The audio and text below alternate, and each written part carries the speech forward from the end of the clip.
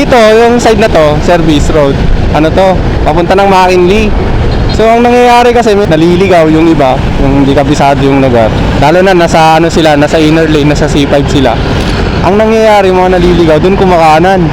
Doon kumakanan sa stoplight doon. Bawal yun. Tsaka delikado yun, makadisgrasya. Yung iba naman, biglang kakanan dito. Dito mismo, yung sa may cone na to.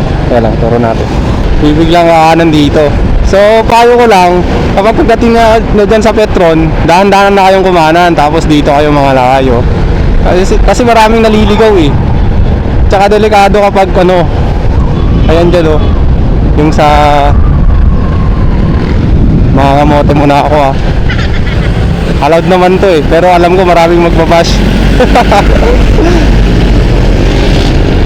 Uy, nakakamote na naman ako. Hanap ng tipaklong.